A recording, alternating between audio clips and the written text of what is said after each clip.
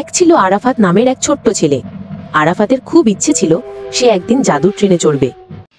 এক রাতে স্বপ্ন দেখল দূরে পাহাড়ের পাশ দিয়ে একটা রঙিন ট্রেন হুইসেল বাজিয়ে যাচ্ছে। ট্রেনের জানালা থেকে ঝলমলে আলো বেরোচ্ছে। ট্রেনের গায়ে লেখা ইচ্ছে ট্রেন। আরাফাত দৌড়ে গিয়ে ট্রেনে উঠল। ভেতরে ঢুকে অবাক, যাত্রী সবাই ছোট ছোট বাচ্চা। কেউ হাসছে, কেউ গান গাইছে, কেউ আবার গল্প লিখছে। কন্ডাক্টর ছিল এক হাসি খুশি ভদ্রলোক।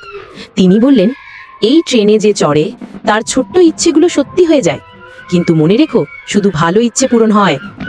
এক বাচ্চা বলল, আমার খেলনা চাই। সঙ্গে সঙ্গে খেলনা হাজির।